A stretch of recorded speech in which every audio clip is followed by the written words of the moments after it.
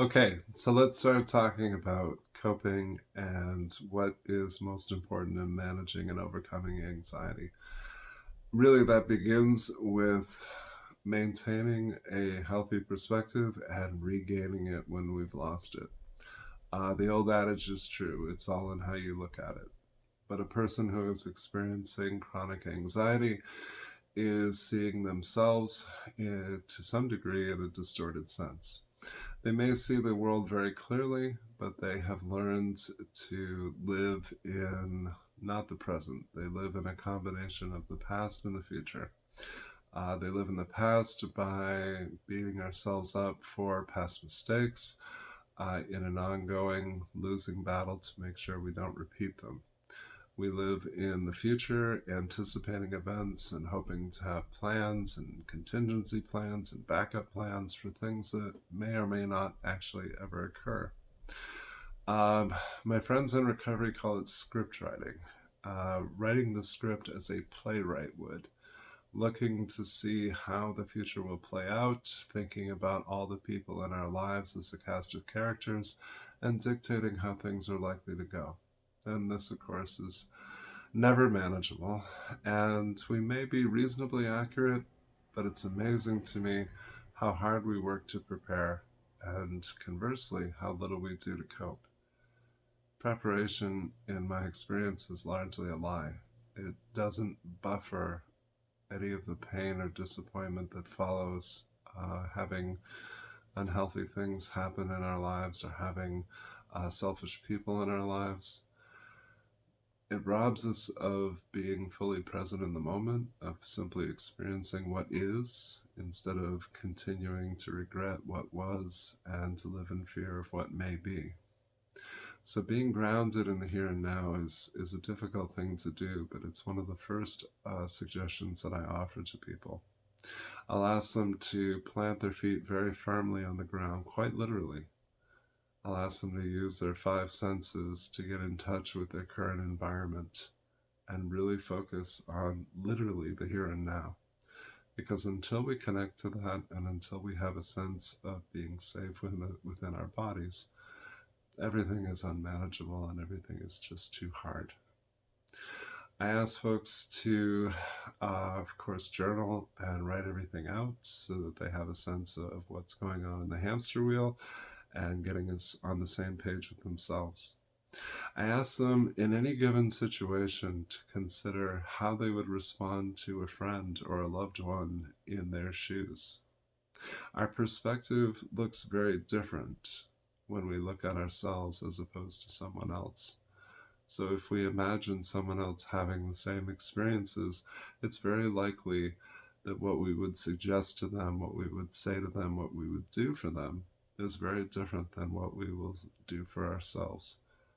But the way I see it is if you have some good ideas about how to help someone else in your shoes, then you know what the solutions are.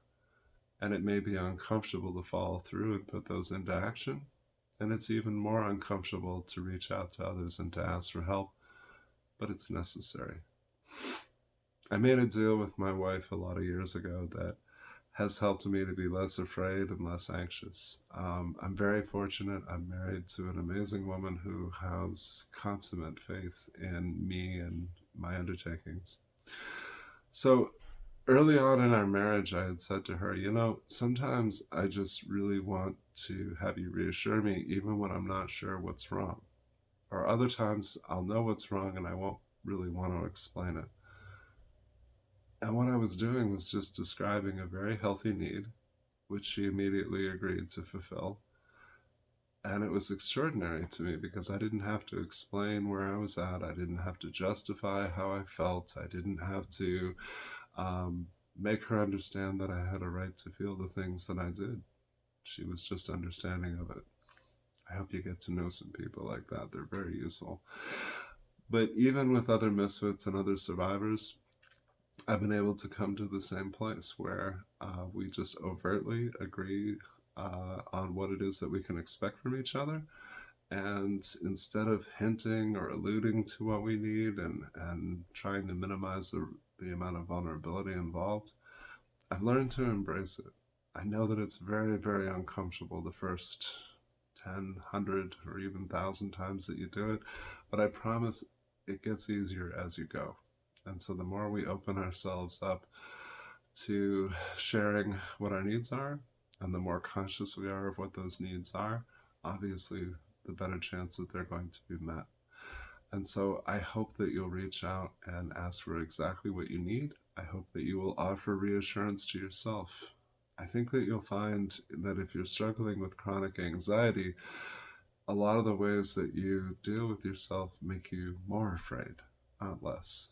And that is not the approach that you would use with somebody that you love. So if you can consider just being fair, just being respectful, just doing things that are relatively healthy, regain that perspective. In any given situation, you can stop yourself and ask, okay, wait, just how important is this?